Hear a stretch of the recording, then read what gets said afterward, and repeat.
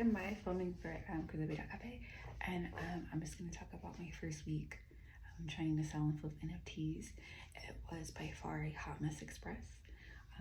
So before you guys call me a hypocrite, I've told a lot of people that I love the concept, wasn't for me. But again, just gonna backtrack really fast, because remember when I told all my friends that there's a shit coin, and excuse my French, I'm so sorry children, and that we shouldn't participate in meme coin like purchasing, because it has no utility, no function. However, a bag is a bag, okay? A bag is a bag. So essentially, you know, after Doge did its thing, you know, 15 to 70 cents retraced, I was like, you know what? I don't have to like it to make money with it. Okay, it's that. So, you know, I did a lot of research and fundamentals, and I decided finally that I want to be involved. Okay, so the thing about NFTs, they're a little tricky, they're a little clubby. So the way to go about, so first of all, you have to do some research. You have to research projects, you have to know what's going on, like the type of NFT art that is, you know, being most popularized. Then once you figure the direction, you know, you need to get on a whitelist, because, you know, the price of an NFT, it's like in 3 sets. It's like the whitelist price, because sometimes people, if you can get on a whitelist, sometimes they have pre-sales before the official sale, which is really cool, because dividing the sales into different tiers really reduces the gas fees on the transaction, during the transaction space, when people are just buying NFTs and like using gas fees. So I love that. I think NYOKI CLUB did that. This project I'm gonna talk about, I fell in love with.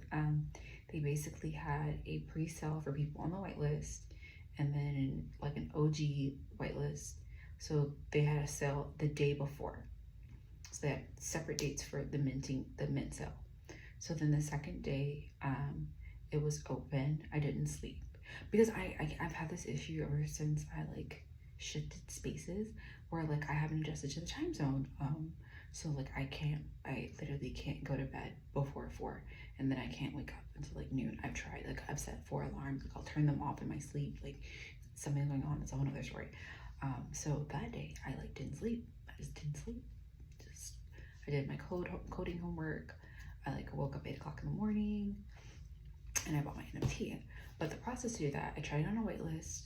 So sometimes what these communities will do is you'll follow their Twitter, you'll sign onto their Discord server, and then you'll be a part of their community. They'll actually do a little task, like, I don't know, whatever they want. And then sometimes it'll be cool, be like, oh, you're the first 3 people on our whitelist, or in your Discord. Add you to the whitelist, you know. So it just depends on how the project navigates it.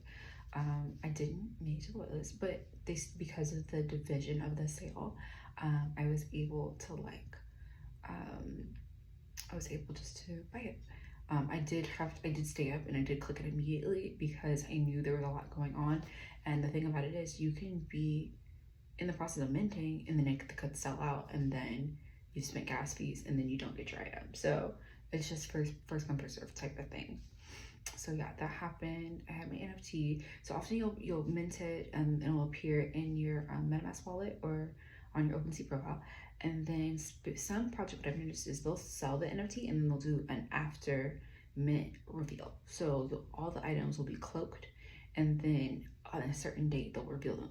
Why do they do this? Because they don't want you to immediately sell your NFTs. Like, and then some of them have intrinsic value. Like some people will sell them right after mint before reveal, which is fun, which makes sense. Like it's an easy flip. But I personally, for me, you know, I've just like decided that I'm a holder, okay? Hold.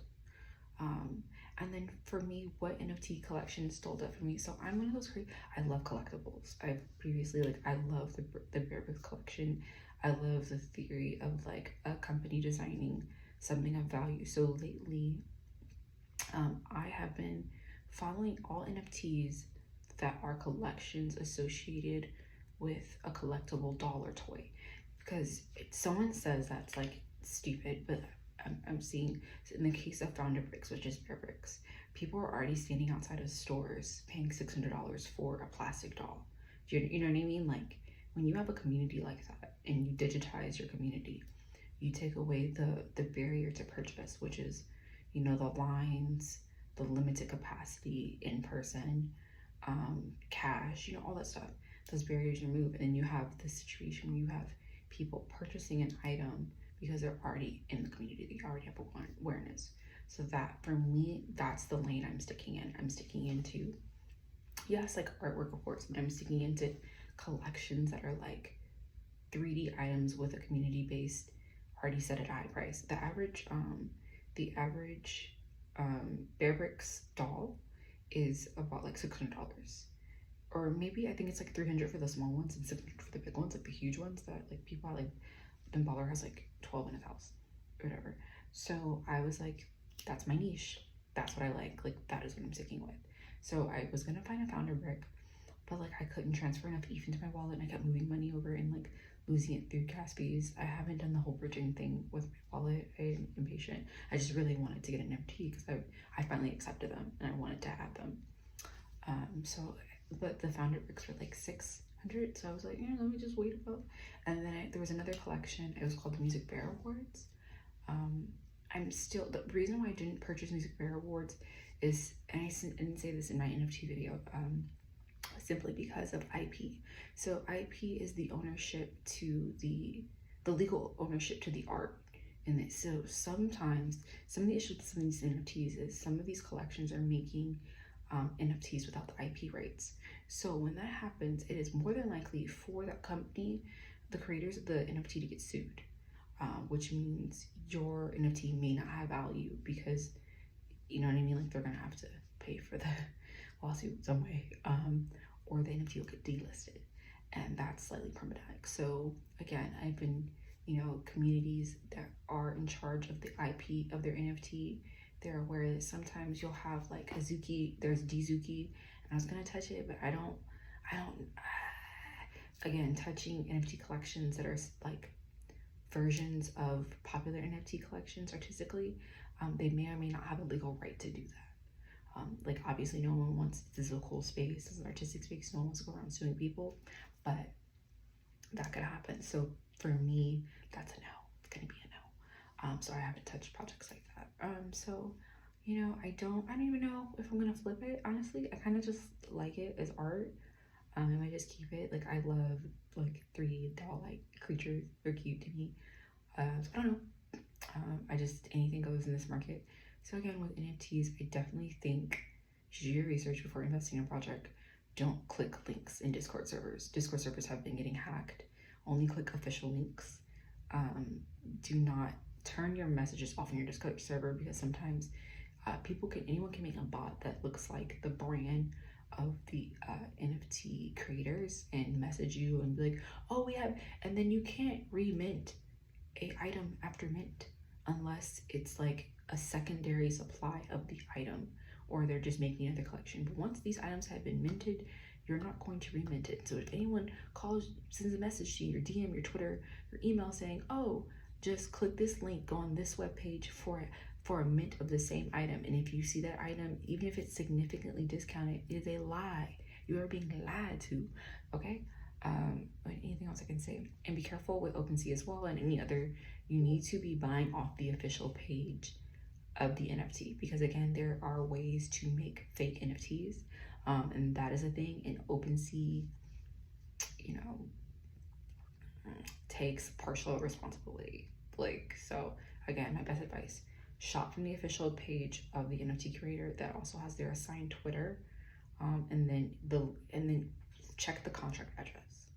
The contract address could verify the asset as well, so that you know you didn't get finessed. Okay. Okay, thank you for watching this video, and I'm going to update you with some NFTs that I'm looking into for the future, or I'm gonna list some of them in my story that I just found interesting, because I do, even if I don't purchase, I do think it's very important to be aware, because it's like I found out about Azuki like a week after it happened, and then they had that airdrop. Everyone like was like an $8 grand airdrop.